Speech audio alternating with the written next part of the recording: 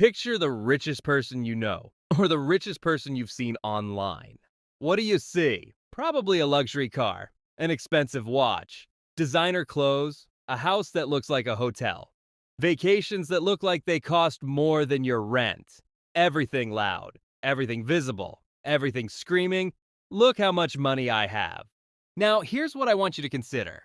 What if that image, the one you just pictured, is mostly wrong? What if the people who are actually quietly building serious wealth look nothing like that? What if the real millionaire next door drives a Honda, shops at Costco, and couldn't care less about your opinion of their outfit? Because that's exactly what the data shows. In a study of 10,000 American millionaires, the largest study of its kind ever conducted, researchers found that nearly a third of them drove Toyotas and Hondas. Not Ferraris, not BMWs, Toyotas. And that's just the surface. The deeper you go into how genuinely wealthy people think about money, the more different it looks from what we've been sold as the image of wealth. In this video, we're going to go deep, and some of this is going to surprise you. Before we talk about how the rich actually think, we need to talk about something that gets in the way of most people ever getting there. The wealth performance trap. Here's what it is. Most people, when they start earning more money, spend a significant portion of that money on signals, on things that communicate to the world and to themselves that they have arrived. The watch, the car, the apartment in the right part of town, the clothes with the right logos. None of these things build wealth. All of them consume it.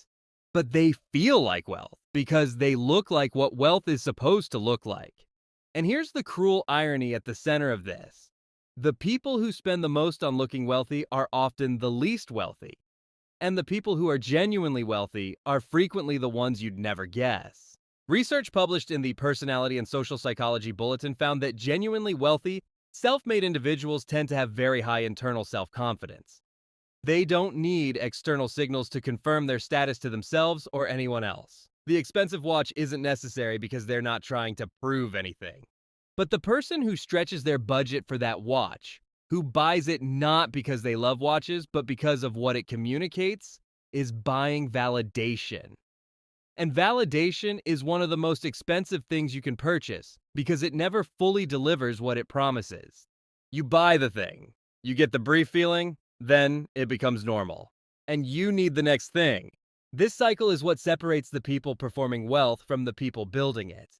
In 2025, a survey found that about 40% of Americans have overspent specifically to impress someone else. Not for enjoyment, not out of need, to impress. That is an enormous amount of money being redirected from wealth building into validation seeking. Every dollar spent performing wealth is a dollar not working for you. And the people who figured this out early, who stopped performing and started building, are the ones with the real numbers in their accounts. What changed for them wasn't their income, it was what they decided the money was for. Here's the first real mindset shift that separates how wealthy people think from how most people think. Most people, when they look at a financial decision, ask one question: can I afford this? Wealthy people ask a different question: is this worth it? Those two questions sound similar. They are not. They produce completely different outcomes. Can I afford this is a question about what's possible right now. It's about the present. It lets you justify almost any purchase if the money is technically there. Yes, I can afford this car payment. Yes, I can afford this holiday. Yes, I can afford this upgrade. Is this worth it is a question about trade-offs, about what you're giving up, about what this money could do instead. Here's a real example that illustrates this. A researcher who spent a year interviewing dozens of millionaires described watching one of them pull out a notebook at a car dealership. This man had a net worth of several $1,000,000. He could have bought the car outright with cash and not felt it. Instead, he sat there calculating the opportunity cost, what that money could return if invested over the next decade versus what it would lose in depreciation sitting in a driveway. He chose to repair his existing car. He invested the difference. That is not frugality for its own sake. That is a completely different relationship with money. A mathematical one. One where every dollar has an alternative use, and the question is always which use produces the most value over time. Wealthy people are not cheap.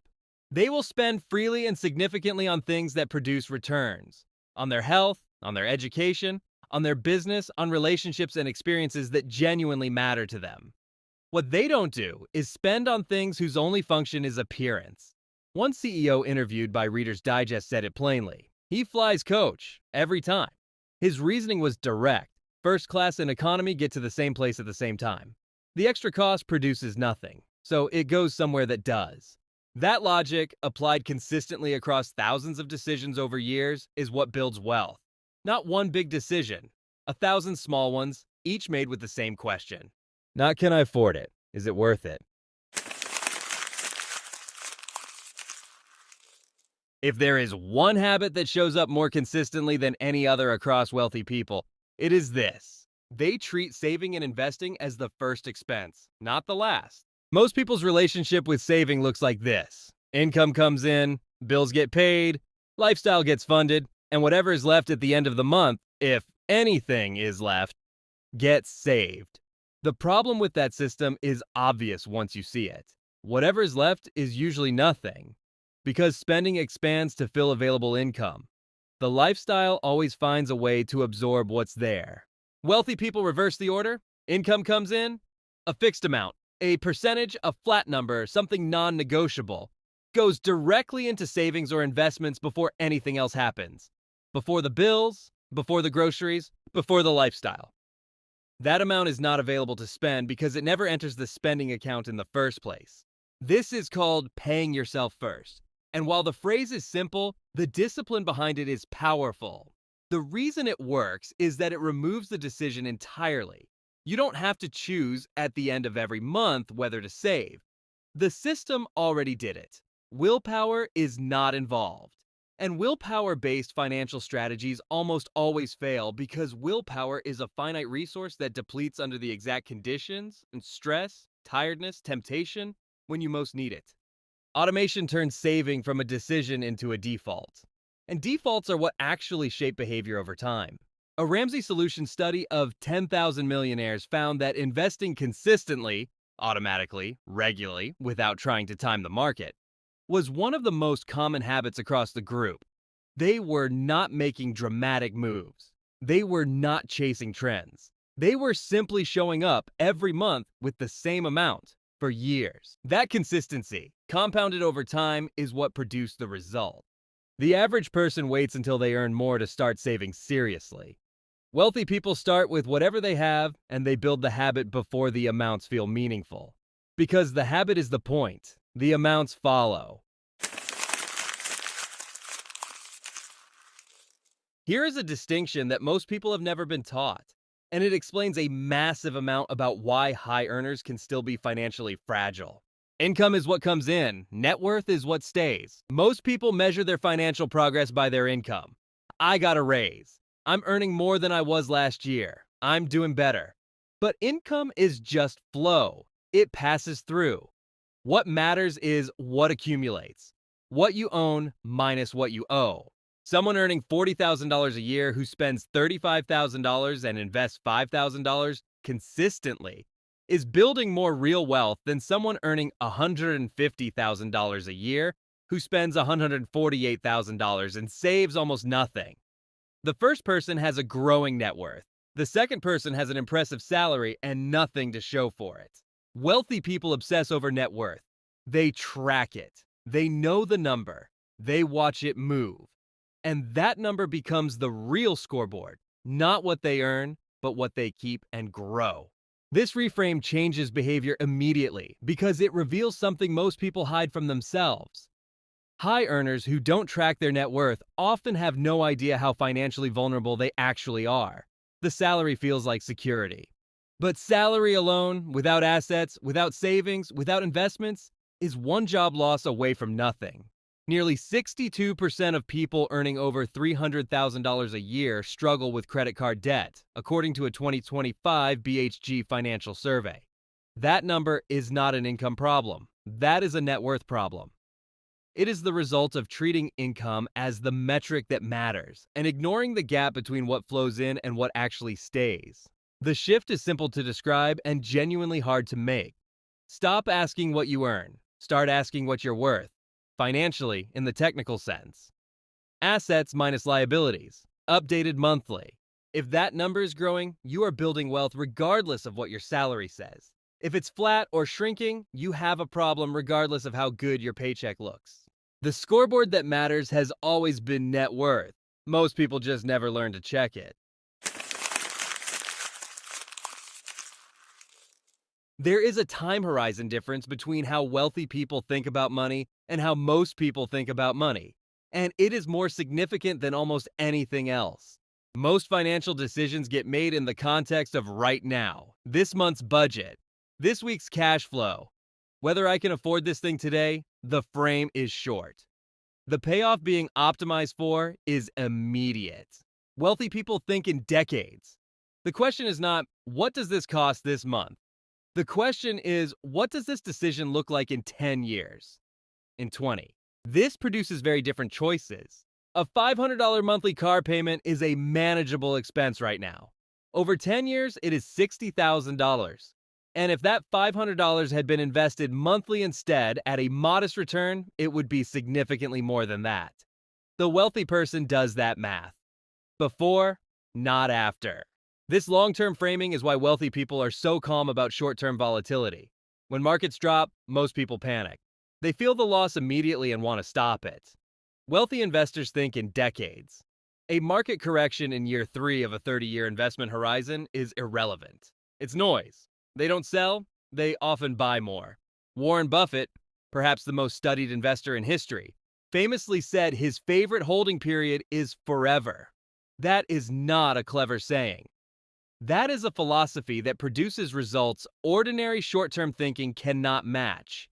He bought his home in Omaha in 1958 for $31,500. He still lives there, not because he can't afford anything else, because his time horizon doesn't operate on the logic of upgrading for its own sake.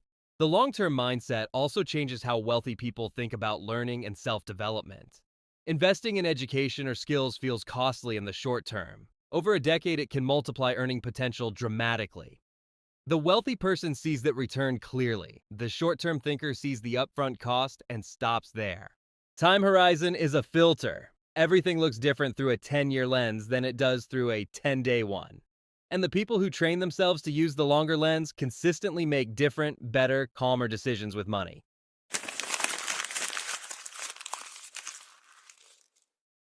So, if wealthy people are not spending on status and appearances, what are they spending on? 3 things consistently. Health. Wealthy people invest in their physical and mental health more than almost any other category. Quality food, medical care, exercise, sleep. Not because it's luxurious, because a healthy mind and body are the foundation of every other form of productivity and decision-making. You cannot build wealth running on poor health. The wealthy understand this as an investment, not an indulgence. Experiences over things. The research on happiness and spending is consistent. Experiences produce more sustained satisfaction than material purchases. A meaningful trip, a meal with people who matter, a skill learned. These compound in memory and relationships in ways that a physical object simply does not. Wealthy people spend on experiences deliberately, and they spend less on things that gather dust. Assets that grow. This is the one most people skip entirely. Wealthy people direct significant money toward things that appreciate, investments, property, businesses, skills, not things that depreciate. The car that loses 20% of its value the moment it leaves the lot is not an asset. The index fund that has historically returned 8 to 10% a year is. The wealthy are constantly asking, is this money going toward something that grows or something that shrinks? And they route it accordingly. None of this requires being rich to start. The mindset comes first. The wealth follows. Here's the honest summary of everything we covered. The rich do not think about money the way they look like they do on social media. Most of what you see online is performance, either by people who are genuinely wealthy and performing for an audience, or by people who are not wealthy and performing for validation. The actual, consistent behaviors behind real wealth are quiet, boring even. Live below your means. Pay yourself first. Measure net worth, not income. Think in decades. Spend on what grows.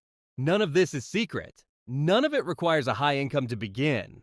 What it requires is a decision that you are building something real, not performing something impressive. The people who made that decision early are the ones with the real numbers later. That decision is available to you right now with exactly what you have. See you in the next one.